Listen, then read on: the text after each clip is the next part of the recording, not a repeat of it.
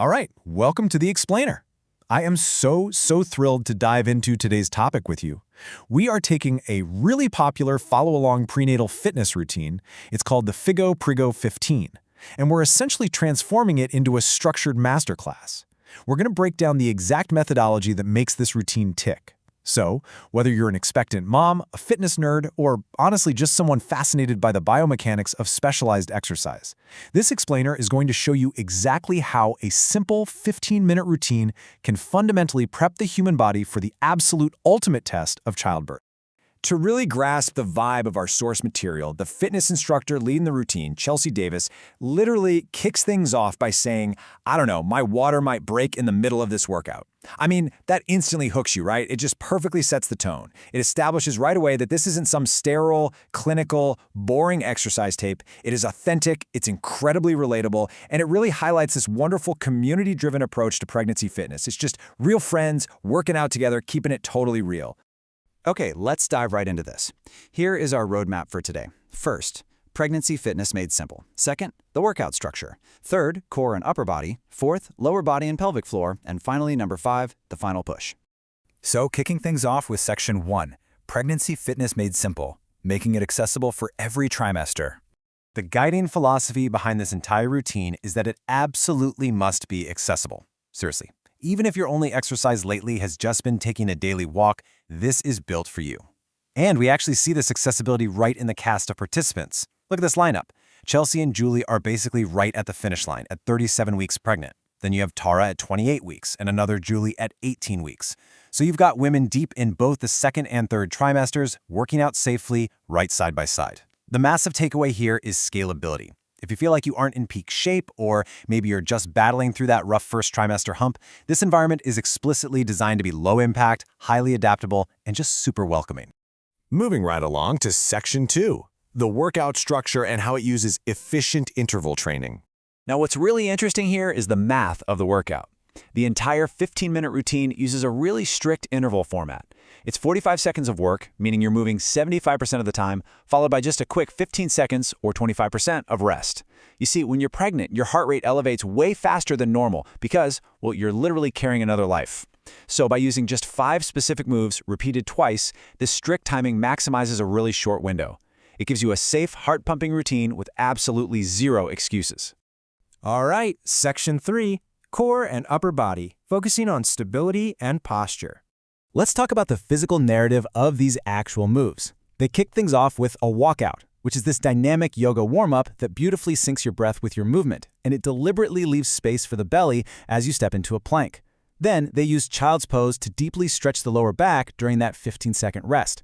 But the absolute standout here is the alternating bird dog. You reach your opposite arm and leg out from a tabletop position. By hyperextending that leg, you squeeze the lower back and glutes. This provides crucial spiral balance and, importantly, vital sciatica relief, which is a huge pain point for expecting moms. It emphatically proves that yes, you absolutely can still work your core during pregnancy, and you can do it safely without a single crunch. Then the upper body work really begins with what they call baby arm circles. But listen, this isn't just about toning your arms. The methodology focuses heavily on zipping up the core and sticking the booty back. Why? Because as a pregnancy progresses, your center of gravity drastically shifts outward, and that can lead to some severe lower back strain. This move literally forces perfect postural alignment. You're relaxing your shoulders away from your ears to protect your spine, all while adding these little flips and pulses to sneak in some fantastic tricep toning. What makes this source material so incredibly effective is the constant modification. On one side, we have the beast option, where instructors Chelsea and Tara are using 2 to 5 pound weights for that extra shoulder toning. On the other side, the low option requires absolutely zero weights. It focuses purely on active recovery, mobility, and posture. It just completely empowers you to choose your own challenge level on any given day without ever feeling left behind. Next up is Section 4, lower body and pelvic floor, preparing for delivery. So the first major lower body focus is the step touch with hip abduction. Now, on the surface, just stepping side to side and lifting your leg is great for getting your heart rate up, but the crucial functional goal here is opening the hips and really working those inner thighs.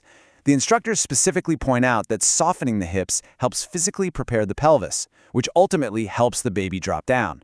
I mean, this is the very definition of functional fitness. Every single movement has a biological purpose for childbirth. And just like we saw with the upper body, we get that brilliant adaptability here with the lower body too. You can do a banded abduction, adding a resistance band around your thighs to really spike your heart rate and intensely challenge those hip muscles. Or you can choose the unbanded abduction. You just ditch the band, but you maintain the exact same hip opening, delivery prepping benefits. You do not need a bunch of fancy gym equipment to reap the rewards here. Okay, we have to talk about the absolute star of this lower body section.